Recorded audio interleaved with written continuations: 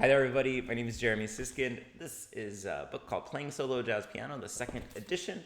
And these three are books called Jazz Piano Fundamentals. And these will make a great addition to your library. Look at how nice they look up on my shelf. I mean, come on. If you buy like 30 copies, then you can have this on your shelf. If you're hearing snoring, that is my dog. That's Frankie. I apologize for his rudeness. So I'm doing something real, maybe slightly different today, which is that I'm going to talk you through how I would make an arrangement of a tune that I think is kind of difficult to arrange. And I'm going to focus on a solo piano arrangement. So I have not pre-thought about this. I've played this tune before, but I just want to kind of guide you through my thought process, what kind of voicings I'm using, what kind of devices I'm using. So the tune that I've chosen is Recordame by Joe Henderson. This is a pretty well-known, bossa nova-ish straight eighth tune.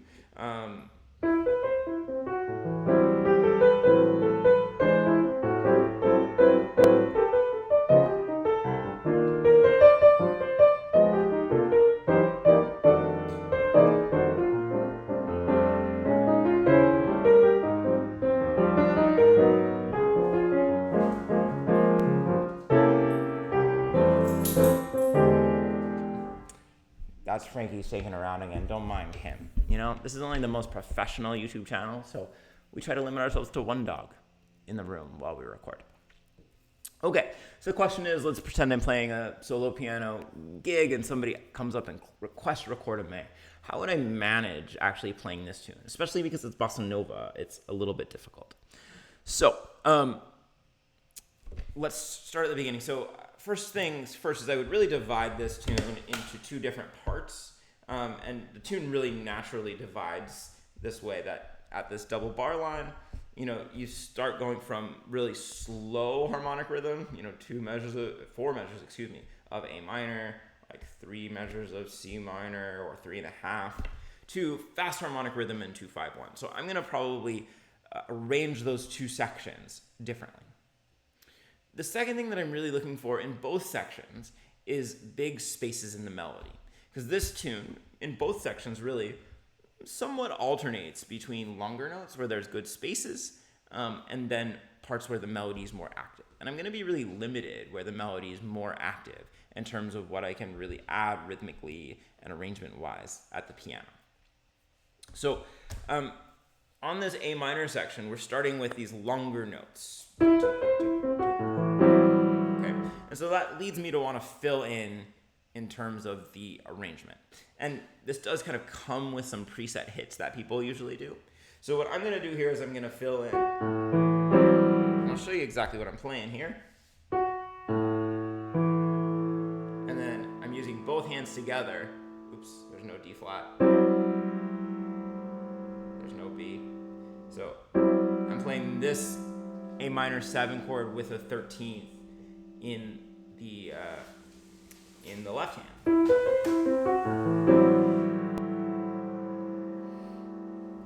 And let's talk just briefly about 13ths on minor chords. In the context of a 2-5-1, I really try to avoid using 13ths because it really steals the thunder of the 5 chord if we use that leading tone already in the minor 7th chord. This is not a 2-5-1. This is holding a minor chord for 4 bars. I consider this a modal portion of the tune. So here, the melody is already the 13th, and I think it's just like totally fair game in this kind of context to use the 13th. So I'm starting like that, and I'll just already highlight, as long as we're talking about it, that I'm going to do similar things in this A minor bar and in this C minor bar, right? Because they're musically equivalent. So the first time I'm going to play, and the second time I'm going to play. The hand shape's a little bit different, so I might have to change my voicing. I'll probably do something like that with the left hand a little lower and really reach with my right hand. If you're curious what I'm playing there, I'm doing the root and the 5th of the C minor. And then I'm playing this. My right hand is playing a B flat triad, which is the 11th, 7th, and 9th of that C minor, and my left hand's playing the 3rd.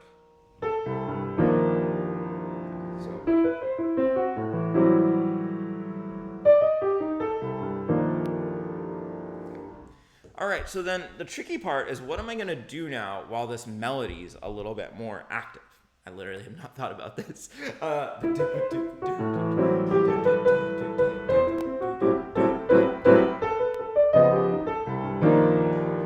Cool. Let's go with that. So first of all, I'm not really going to do a lot in terms of the arrangement or the left hand in bar 2.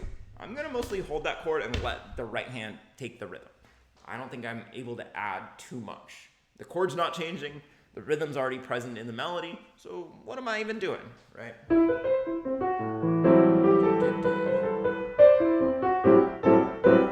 And then I want to do something that emphasizes these offbeats, right? The melody is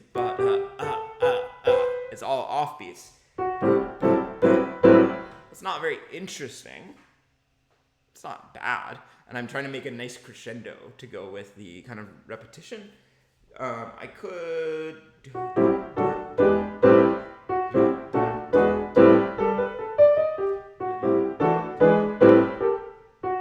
don't know. Yeah, I could make a little progression there. So what am I doing? I'm going back and forth between like an A minor and then the 5 of A. So I'm doing like an E7 sharp 9, back to A minor, and then I could do like a tritone sub of the 5 of A, B flat 7, and then back to A minor. You guys probably can't read that at all, but it looks like that. Not that you can read it now. Here, how about that?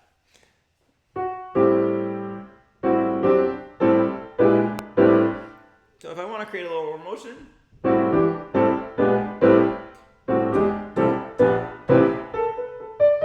then that could work.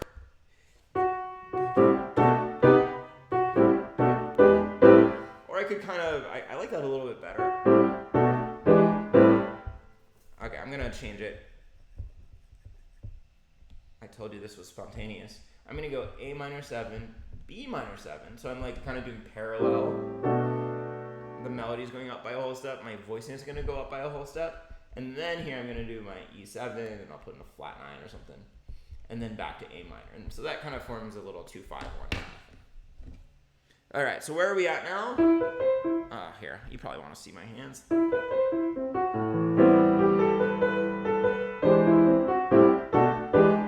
Okay, I did that time add a chord to like a little emphasis here, and that chord was an E7, flat 13. And usually when I'm adding in these alterations, it's because of the melody. Here the melody is C, which is the flat 13 on E7.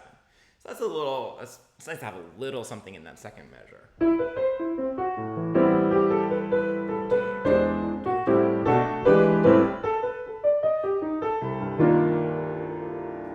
I just did that in a much more comfortable way. There I put the B flat chord in root position instead of reaching all the way down there. And then, hey, I've already solved these problems, so let me see if I can do something pretty similar as we go.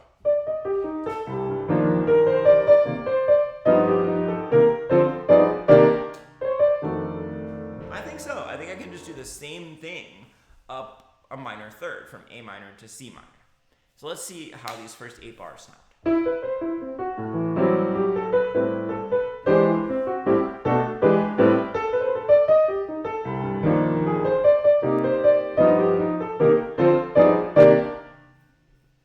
Let me do it one more time. I was lazy and didn't have my foot on the pedal, so it didn't sound that great. Let's see if I can do this better.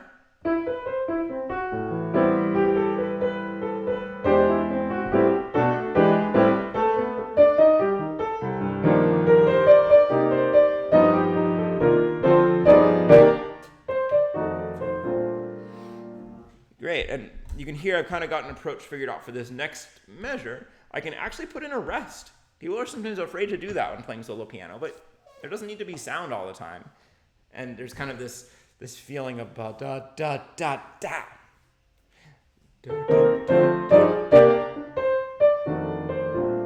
And then I'll put in a little F7. And notice when I'm playing these voicings, I'm mainly using both hands together for my voicings.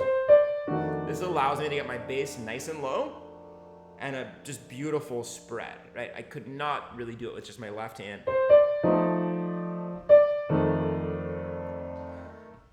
right? So shared hands voicings, if you've read Playing Solo Jazz Piano, you know all about it. If you haven't read Playing Solo Jazz Piano, what are you waiting for? So I'm putting in the flat 9 in there as a little color tone. And then now we've got this really clear alternation, I should say, between the melody holding and the melody being active, right? The melody is 1, 2, 3, 4, 1. 1, 2, 3. 1, 2, 3, 4, 1. Okay. So I'm going to try to do something really bossa nova-y while the melody's holding, and then probably just cover the chords, while the melody's moving faster. Because I'm just not going to have the hand capabilities, the resources. So I might go.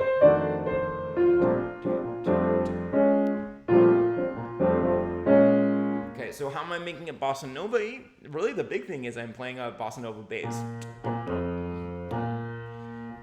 I don't really have time to do a lot in the comping. Right, I'm doing this kind of João Gilberto style. Da da get that. Da da something like that. Notice I have to be really fancy with my fingering. If you watch my hand, I'm doing a finger substitution on that F.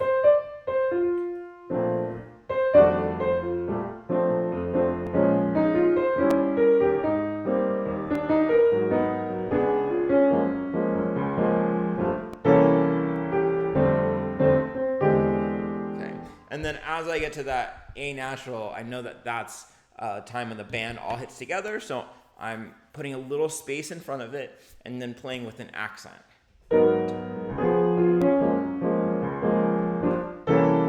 Right. Short note followed by an accent. And again, it's these shared hands voicings. Allows me to get a nice low bass and just have a good spread. It's definitely a stretch. Both of my hands are stretched about as far as they can go. My right hand can go a little further. So let me do this part for you in slow motion.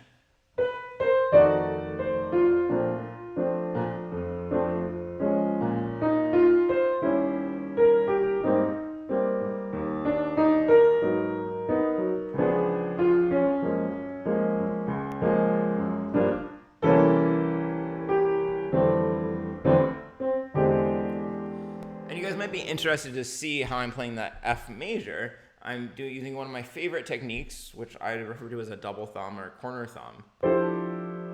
So I'm playing a 6-note voicing using only 2 fingers. I've got these 2 and these 2, but these are both covering the white keys, or covering 2 white keys, I should say. Now there's a couple things in here that I can't reach. I don't know if you caught it, but I'm trying to get from D flat to F. I can't reach it. I just can't quite get there. So I'm going to have to do a little roll. I'm going to make it as subtle as possible.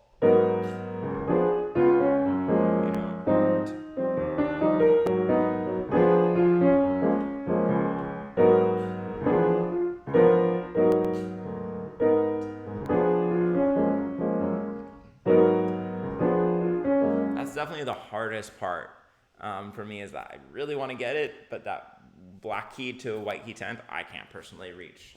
The same thing, E flat to G, can't quite get there.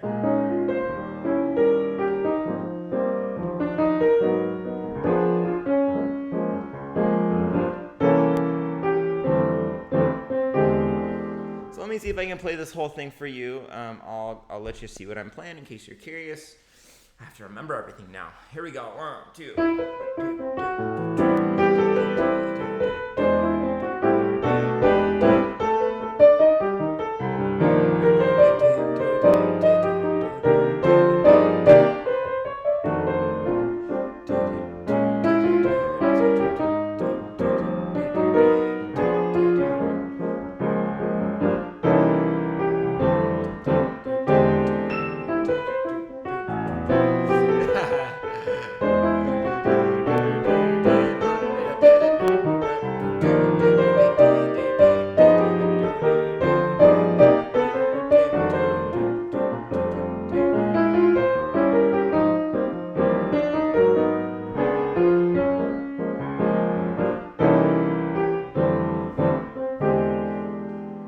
cool. It's not perfect, but I'm almost there with an arrangement.